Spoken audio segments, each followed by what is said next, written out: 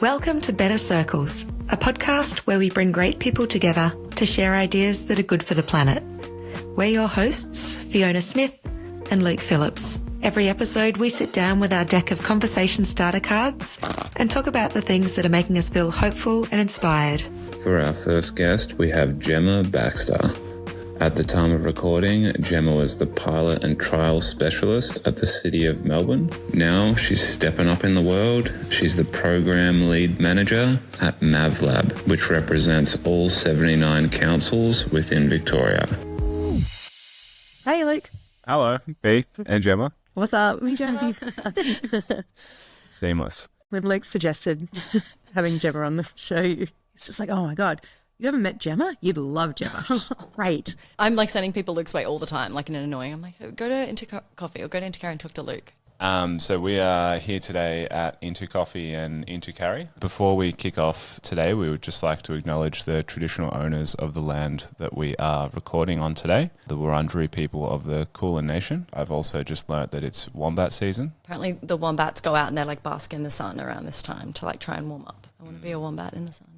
That does sound pretty good. So for a little bit of context on Gemma Baxter, I first encountered Gemma's genius maybe 6 or 7 years ago through a project that she did called To Barwon and Back, which we're going to talk a little bit more about in a moment. But what I think is really unique about Gemma is she's not had a linear approach to her career. And something that I personally value the most about people and creative work is if someone's passionate about a really diverse set of industries and ideas, kind of the cross-pollination of all of those different ways of thinking and all of those different people that you meet kind of coming in through one person and coming out the other side as a new perspective. Gemma studied architecture in Brizzy, then from there went on to dive into functional fashion and garment creation, / business owner, which was To Barwon and Back. After this, Gemma was the communications officer for Melbourne Knowledge Week and is now the pilot and trial specialist at the City of Melbourne,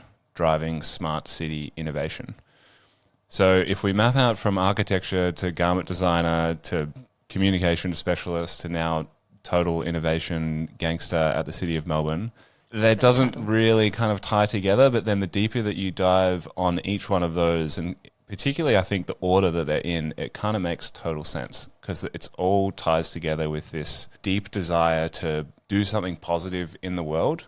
And what I think is, and this is one of the things I'd love to get your perspective on, what I think your kind of superpower from the outside looking in is obviously like a high level of empathy that you have, but also being able to empathize and deeply understand a really diverse group of perspectives and, really often like quite complex systems and ideas that go well over my head, and kind of distill those down into not only ways that make sense for you, but ways that other people can engage with them and it makes sense for them as well. And that is really rare and really amazing. And I feel like the role that you're in and the journey that you've been on is not only an inspiration, but also just makes kind of perfect sense. So we'd just like to thank you for coming on today. I just want to read out a quote that I think is amazing and is also super relevant to this show, which is just a total coincidence because I only found it this afternoon. And you've quoted that you quote it a lot. So it's by Graham Miller. I love this. We live in a time when people increasingly express the feeling that the world outside our windows is a dangerous and fragmented place. Once upon a time, people walked through the city and it gave them a chance to name places and make contact with each other. Humans need to mark their lives against a real space and other people. When they cease to walk, the real spaces become less plausible than the centralized reality of the media, which we can pull apart in a number of different ways. So good. But I would love to know what that means to you.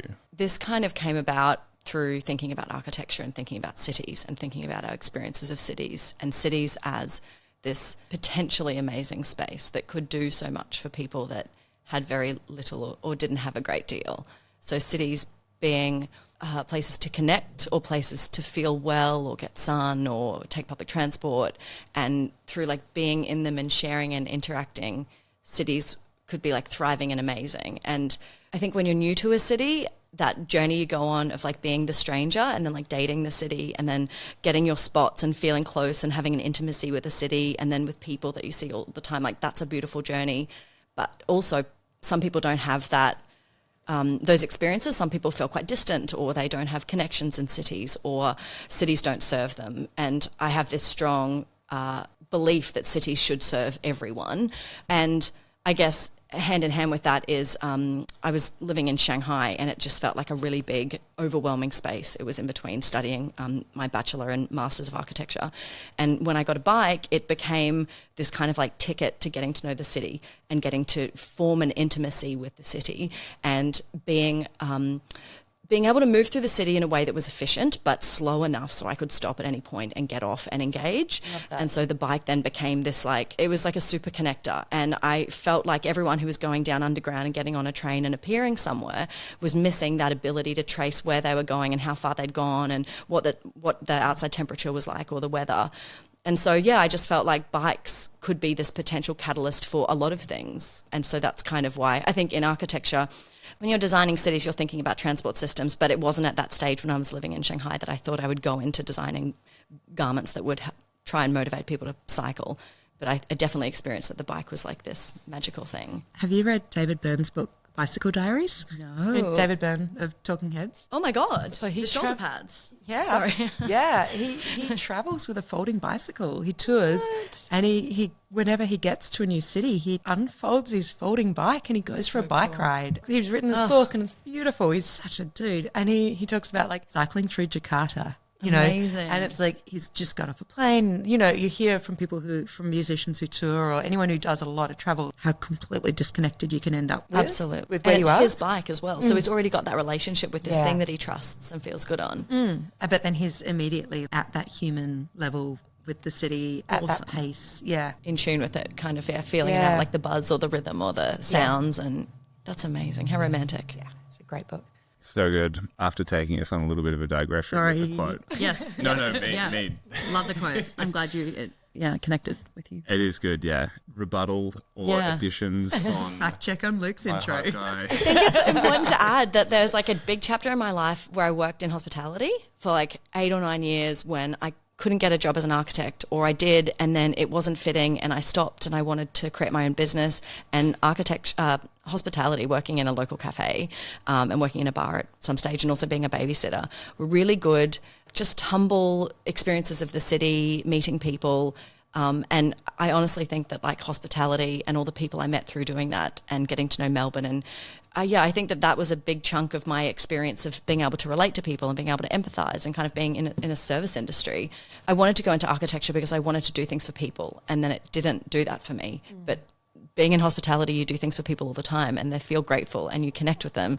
And I was like, what's better than this? Like architecture really paled in comparison to serving people at a cafe. The rest of what you spoke about, that was kind of like, that's what it looks like on paper. That's what my LinkedIn says. But there was a period after architecture I feel like it let me down. I take it really personally that it wasn't as ideal as I thought it would be. I couldn't create spaces that made people happy or could help people because I was designing mall-type schedules and wheelchair-accessible bathrooms, which is incredibly important, but I wasn't able to be creative and be aspirational and hopeful and solve complex problems. It was a lot more sort of straight, and I wanted it to be real queer, you know?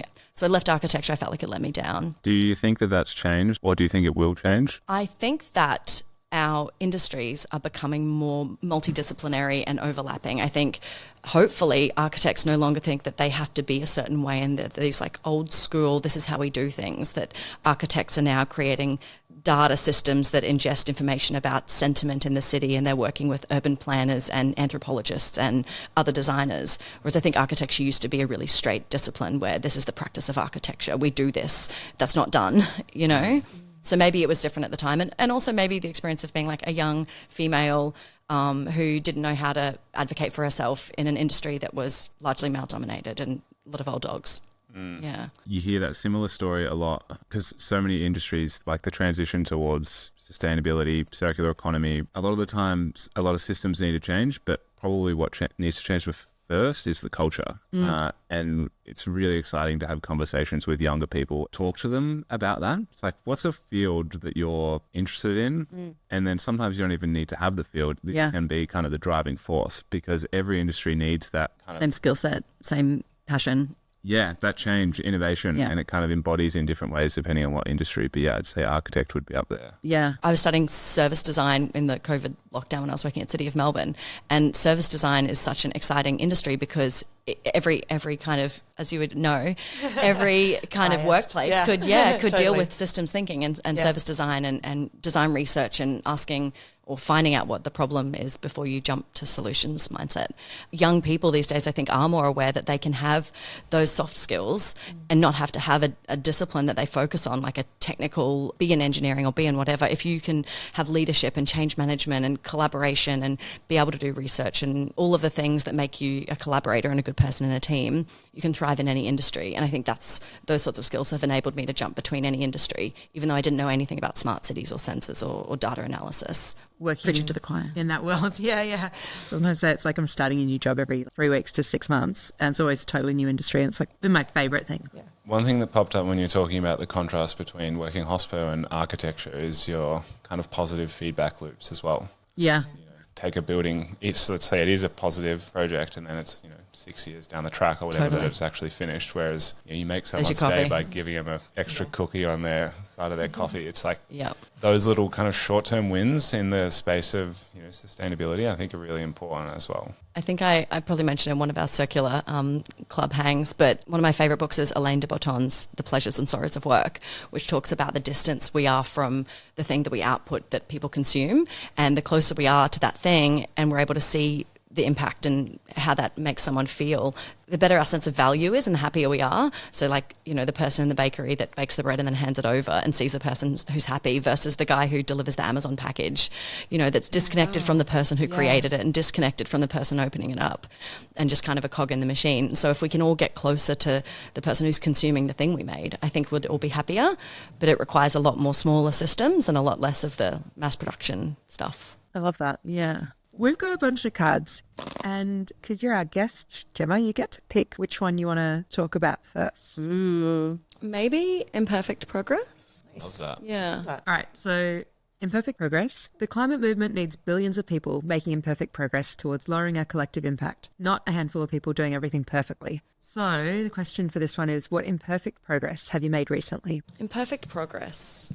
I don't know. I think I chose it because I've done a lot of this, and it's maybe taught me to be really transparent in showing my imperfection so that people kind of come along on the journey to where it is. Like, for instance, with the Tabawan and Back launch, it was in a big greenhouse and I was hanging up each of the garments and I was like, this is where we are at the end. But before that, I had several iterations of where I started. So you could see like the piece together thing and then the thing I'd drawn on it with Nico and how it wasn't working. And I kind of talked people through that, and I think that helped people to value it. And so I think what I'm thinking about imperfect process is that it's really valuable to take people on the journey instead of to just show them the end result. And you do that a lot with what you create. And I think it makes people value the end product more because they see the time and energy that's put into it. Whereas when you buy things online or you purchase something out, you just see the end product, the shiny thing. And if we were all to be able to peek behind the curtain of that make process and the fail process, we might value things appropriately. Yeah, it's also a really great antidote or filter to run through for greenwashing. If there's like an entity that you're sitting there engaging with and trying to suss out, and they have some really nice sustainability copy on their website, as basically every business does now. If they match that with, here's a bunch of shit that we're doing pretty awfully, or maybe not to that extent, but here's a bunch of stuff that we could do better, that we could work towards. That transparency builds trust for the things that they're actually saying. And the Tabawan and Back website is just a gnarly, radical version of that. Here's all the things we're doing wrong. And I wanted to do, but I couldn't.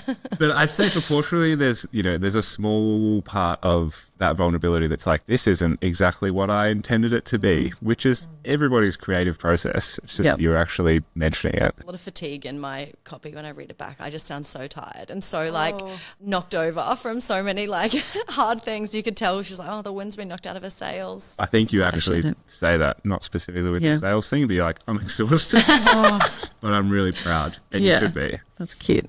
Next. Yeah. It's complicated, or is it? Do you have any go-to ways to make climate or regenerative concepts easier to understand? I've got one. Food waste and reducing food waste is like a big one for me. I used to say when we talk about like why that's actually an important thing to do, like there's a couple of angles. And one is if food waste was a country, it would be the third largest emitter of greenhouse gases in the world after US and China. Chris Locke, who's the awesome eco-chef at the Moving Feast Kitchen in the Purpose Precinct. Yes, Yeah. I've met him. He's amazing. I followed him on Instagram the second I met him. Oh, yeah, he's great. We ran a Obsessed. workshop together a little while back on food waste stuff.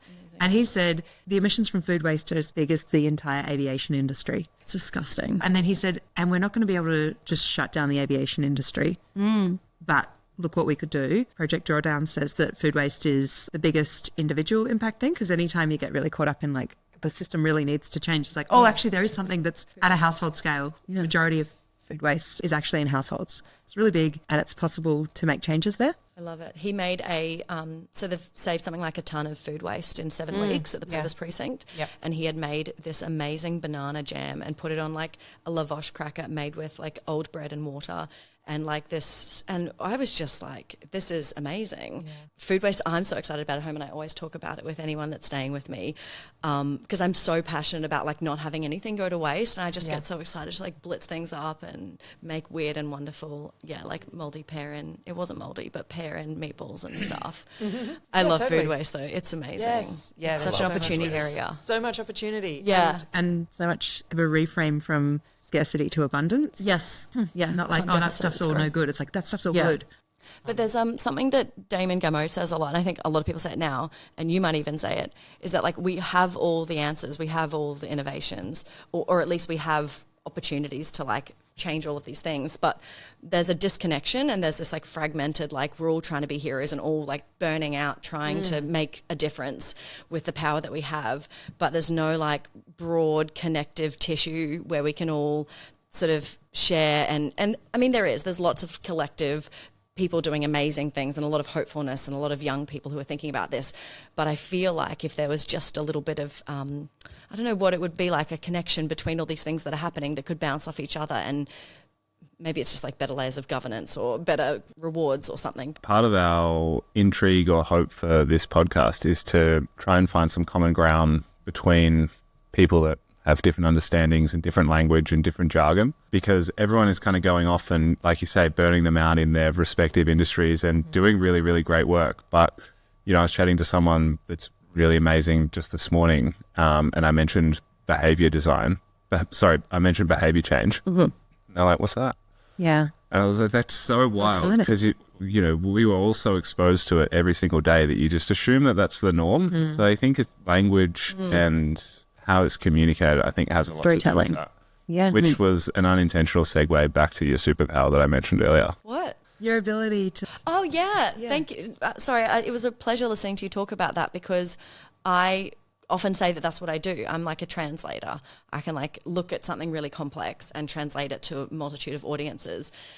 But I think it's like you have to be constantly translating. It's not like I've done a thing and now we've created a story for community to understand why we're sensing playground equipment. You have to constantly be translating to your audience, and that's about having empathy and being able to connect with people and being curious about where their assumptions or where their rigidity comes from, and being caring about the way you're delivering information. As a translator, do you have any go-to ways to make climate or regenerative concepts easier for people to understand? Yeah, I mean, I would apply the tactic we used for, we had a project called City Stories, and it was for Melbourne Design Week a year ago. We did it with Craig Walker, and we wanted to tell stories about smart technology that's usually comes with a really fearful, assumption that we're using it to surveil. And so the idea was that we would be able to tell really good stories and decomplicate and demystify where data goes and how it might impact the design of a city. So what we did was we engaged 7 really diverse artists in terms of their experience and their age and their background and everything that you can think of. And obviously you're never going to hit all perspectives, but if you do your best to have a myriad of voices who worked in a myriad of mediums. So we had someone who created a vinyl path along a floor. We had interactive like 3D videos like CGI. We had a social media video by an awesome TikToker. We had a gorgeous little like oil sketch. But the brief was, we're going to tell you a little bit about its sensor and the data it collects, and we're going to tell you about that, how that could impact a human experience. And then we want you to use this, some community engagement that we did and some experiences of our community to bring that to life in a way that you think makes sense. So the brief was like demystify it. So we had one artist, Caitlin O'Brien, she just drew some dogs rolling around on the ground with someone picking up some dog poo and putting it in a bin. And that was a moment that stemmed from in the pandemic, people got dogs, there was an abundance of dog poo in our city, and if we had some data on that and we're able to understand that, we can respond and better, make sure that people aren't stepping on dog poo, or there's not overflowing bins in our public spaces, or all the other impacts. And that was like the launch point or the common ground for us to be able to have conversations with people about bin fill sensors in our bins. And there was another one that was like a park bench, and someone told stories from different characters about the importance of park benches and free public infrastructure to sit and spend time in when you're having a hard day, or you're running late for something, or you're feeling lost in a city. And so we have sensors under some of our benches that tell us if they're being used or not. And that means that we can try and design spaces in the city that, people can be supported by, but we wouldn't start with saying, here's a sensor, it's under the bench. It was just a sketch or a moment or a story, because it's probably scary. So I think getting other people to tell your stories, and if you want someone to understand it, get a person like them to tell the story to them. So Love that. Don't do government speak. Yeah. That whole park benches example comes back to the quote that you had at the start, about the experiencing the city at a human level. Shared things. Yeah. Do you have one, or do you want to pick a new card? Your choice. New card. Let's do news snapshots, All right. where we each look up from our news scrolling and say, have you heard about this? Positive climate or circular economy news stories or updates? Do you have one? I was struggling to find a positive one. I know, so recently. was I.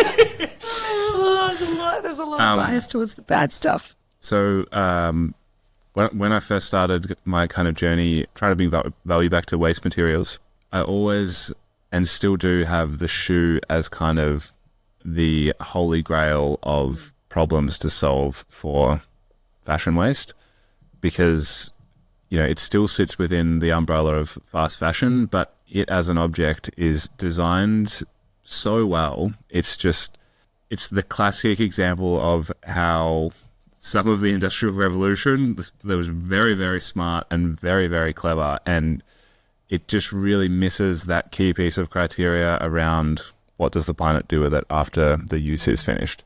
Because you've got dozens of different materials and processes all kind of woven and stitched and glued together into this thing that has a really short shelf life. The average life of a shoe is less than a year. That's disgusting. Not your shoes, Fiona, if you get them resold. Yeah. And I saw this company that I'd actually never heard of, and I've done a little bit of research on them recently, and Good On You says that they need to do a little bit of work on their sustainability overall, but I think that's makes it an even more positive story, because the reason that they have released this product, I don't think is for the sustainability benefits, but they've pretty much made a modular shoe.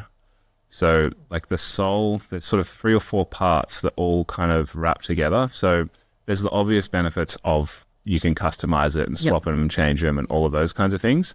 But there's modularity when it comes to really complex products like this are so beneficial. And, the same with tech. It's like a whole rabbit hole that you can dive down for repairability and modularity. Yep.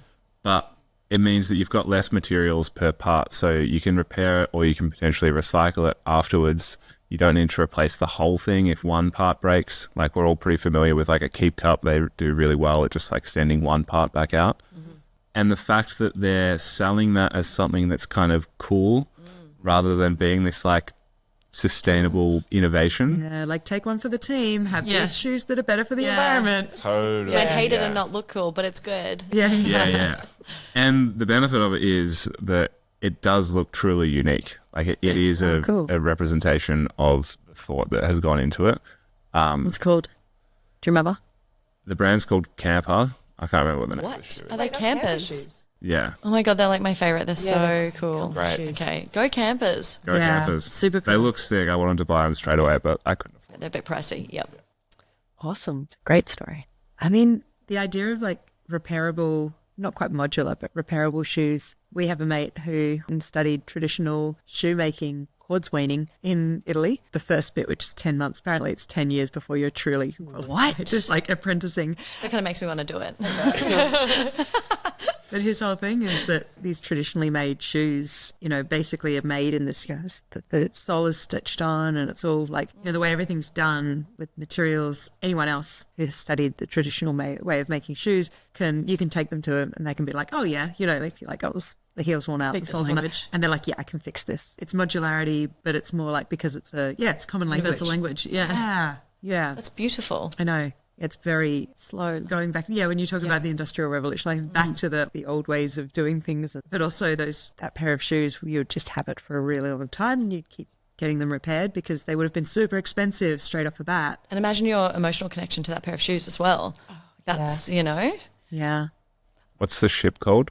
Oh, the Ship of Theseus? Yeah. It's I'm going to say Greek myth, fable, which is it's a ship where basically, you know, each part gets replaced over and, you know, eventually every physical part of the ship is not the piece that it first launched with, but it's still the Ship of Theseus because it's beautiful. Yeah, right? Yeah, like the spirit of it's kind of passing on through all the parts. Yeah. And if Which isn't that also how every 7 years the human anatomy is this true? I feel hear like people say I've this all heard the a time. science podcast or something where they've been like, because I think there's certain things that last a long amount of time, like teeth or something. Yeah. Like I don't know that your teeth are regenerating that much. They're the gangsters of your body. Like your Yeah. body's just morphing around. Your Yeah, teeth are none like, of I'm that, still here. yeah. But I've heard that theory as well. Or that I love Nice. that. And it's Means we're always all 7 years. ships It's of not made Theseus. up. We're all ships of Theseus. That's really nice. I read today that Damon Gameau's new film is coming out for MIF and it's called Future Council, and he's assembled these kids from all over the world and they go around Europe on a little yellow bus that's powered by vegetable oil, and they get in front of, you know, future leaders and in councils, and they kind of address and urge our existing leaders to kind of get their shit together and do something impactful. And I'm really excited to like take young people to it because I think that movies, and especially Damon Gameau's movies like 2040 and Regenerating Australia, movies are a really good example of like telling fantastic stories, like being really engaging and really entertaining is such a fantastic vehicle for change. So I'm excited about that film coming out, and I'm excited about kids having the table. Oh, that's a really good news. Yeah. That's a double whammy. That's two. Yeah. And also I'm obsessed with Colombia. So my brother's partner is Colombian. He talks a lot about like Medellin, and Medellin has these beautiful green corridors that have changed cycling by like 35% and changed the temperature by like 2.5 degrees or something. I'll need to fact check that. But there's also a mayor of Bogota who has created care blocks, and there's now 11, and they're a network of spaces for women and carers to get free childcare and use laundromats and upskill and connect with people. And now this model of like care blocks is being rolled out in other places in Colombia. And I think it's so beautiful. That could be a sustainability answer. Like that could be a circular thing because it's very physical, like place-based, and it's accessible. Yeah. That's amazing. I love that. I love that there's so much stuff that is both socially and environmentally focused. Like those are the good ones. The ones that don't leave anyone behind, that are actually, you know, that sounds like it started from a place of social need. Totally. But actually when you've got people who are not feeling so much time pressure and financial pressure and isolation, then they're empowered to make choices that are not so driven by like quick fix, disposable. Totally. Absolutely. It's regenerative. Like it's, more generative than anything. We're round to your choice again. Oh, me. We've still got, it's still good. Good opportunities. Oh, done news. Maybe it's still good. All I right. think we might have. Do I read this out or do you? You do. Okay. This is the food waste hard rubbish repair stories. I did make a jacket recently out of sports, you know, like basketball vests and things. And I think that's a really good example of like a waste stream that was designed to persist through like lots of sweaty nights and like washing. And so I made this like really warm vest from like quilting together like, you know, different sports singlets. And then I quilted it with like layers of quilting fabric and made this big warm jacket. And yeah, like sports uniforms. That's a good kind of upcycling opportunity. Nice. I love that. You're going to do good? I don't think I do. Go. I got one. I think, go for it. Mine's my shoes. Picked these up on Hard Rubbish about 3 years ago. They're really good. They're leather. They fit perfectly. Yeah, I took them home and they were like already worn in. Really comfy. They had a bit of damage on the heel and I took them to my cobbler, put a new heel on them. I wear them all the time and have to often stop myself from being like, got them on Hard Rubbish. So not everyone wants to know. But yeah, still good. I feel like you and the previous owner have this like special connection now because if they were worn in, it's pretty intimate. The foot. That's true. It's a I think about this when pulling apart like jeans and things Yeah. in the studio. Oh, What yeah. was in it?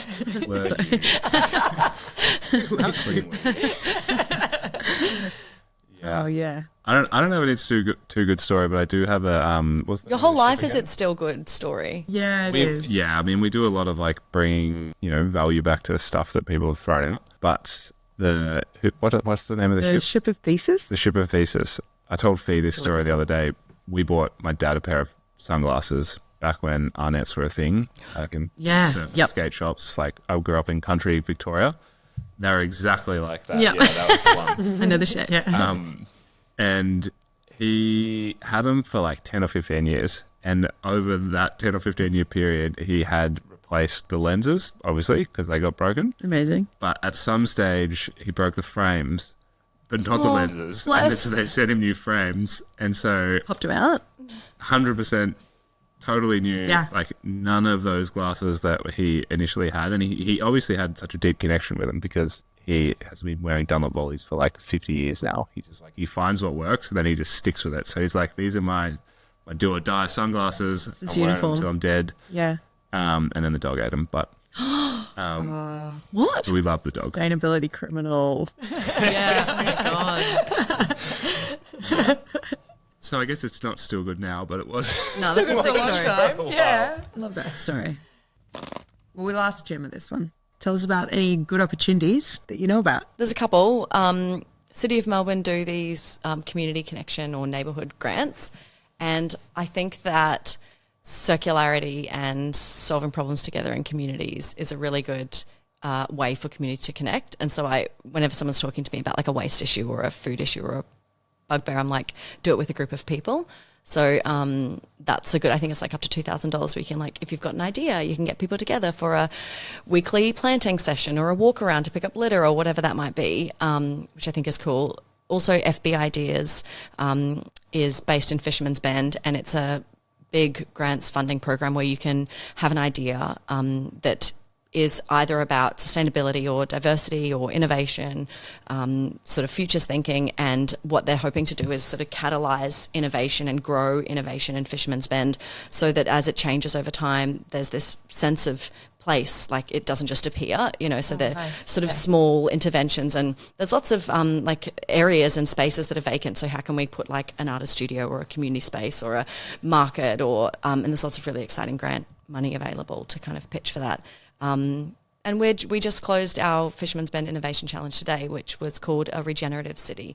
And it was a very hopeful kind of vision for how can we use public spaces in our environment to sort of harness existing energies like wind, water, waste, solar, whatever that might be, and create things from it. It could be as simple as like everyone's waiting for their coffee at a local coffee shop, so people are there. So how do we harness that existing activity and generate into something else? Are we asking people to engage with something or converse with each other or create something in that moment? Or what are the things that we can harness? Because it's about like a city that works efficiently.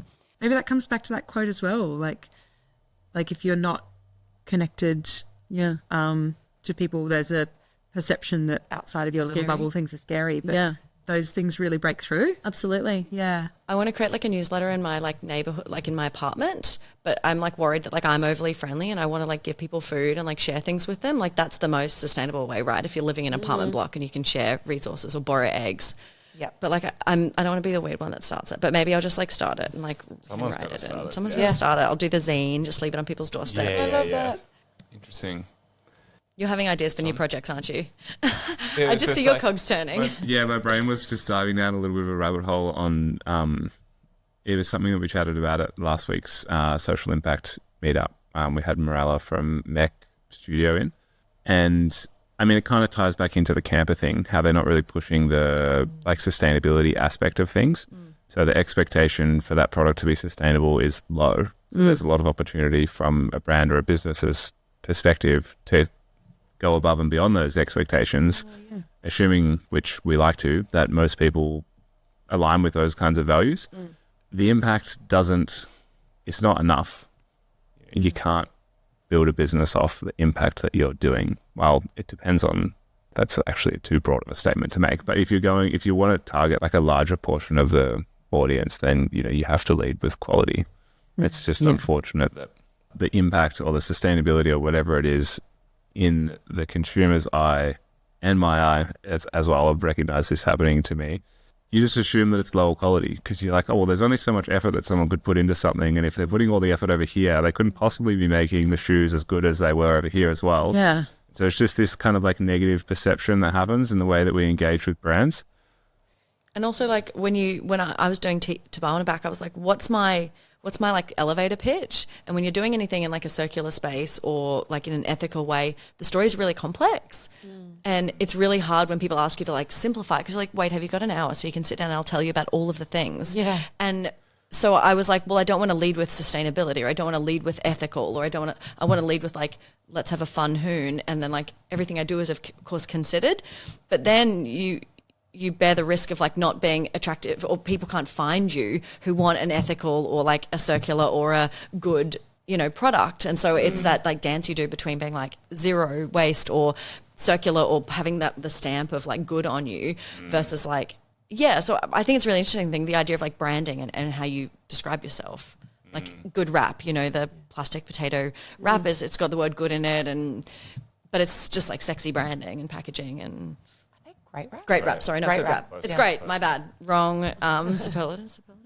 In some ways, though, it's really interesting they've chosen to go with great rather than good, because good is like your little halo Yeah, true.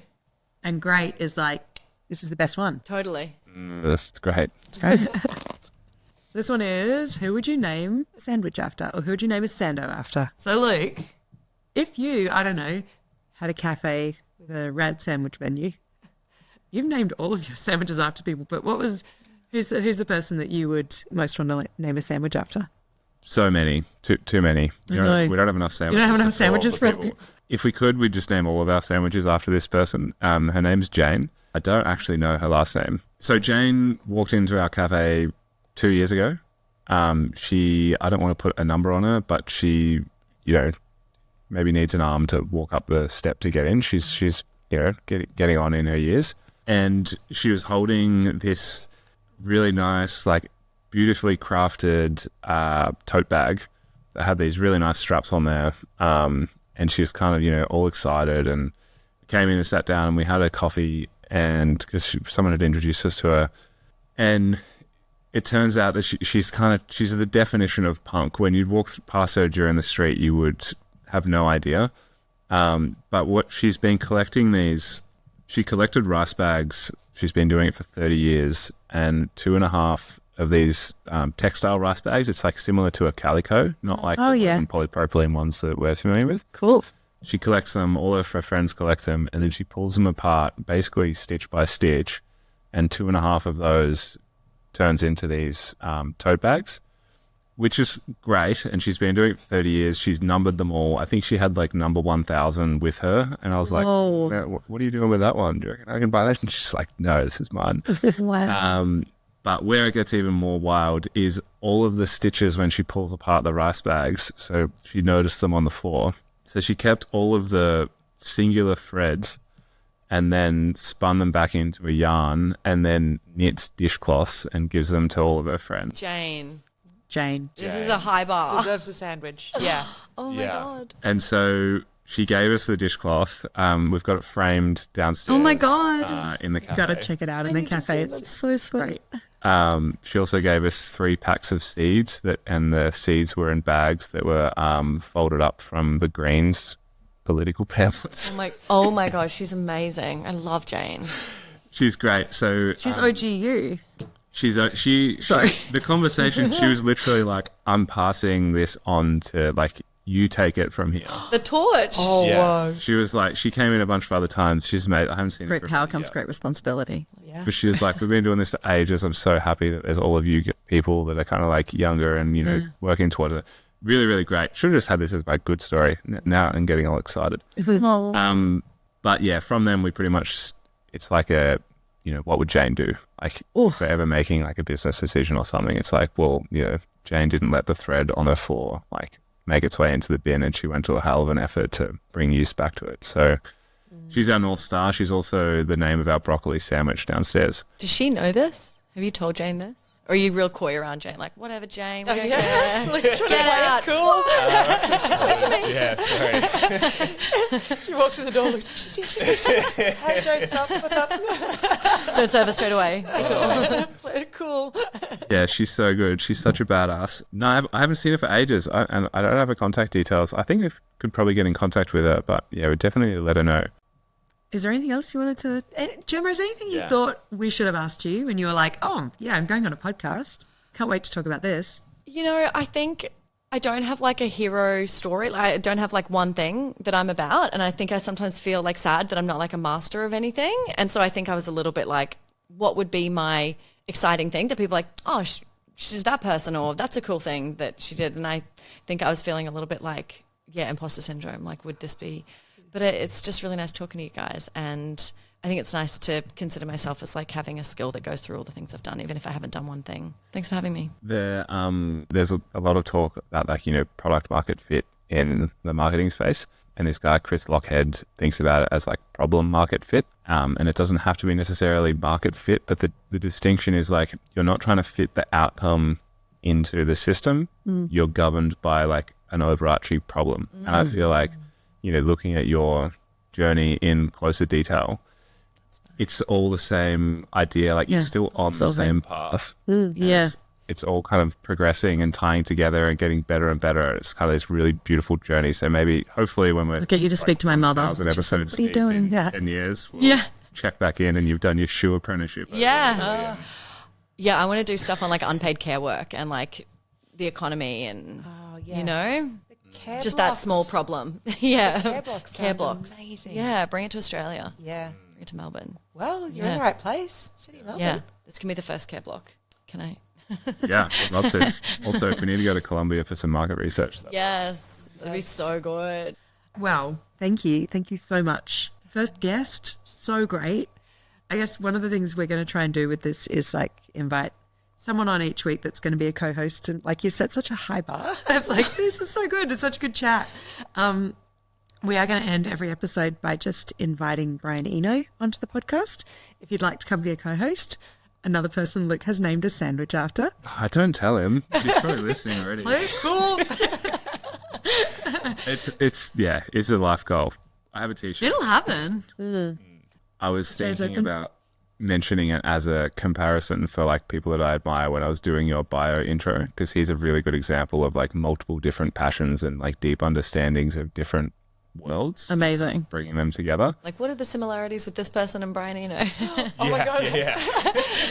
That's the intro. That's the How intro. is this person like Brian Eno?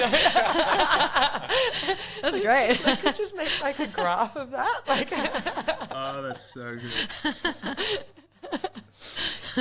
Okay, I think that's a good spot. That's a good spot to leave it. Great. Thanks, Gemma. Thank you. Thank you so much.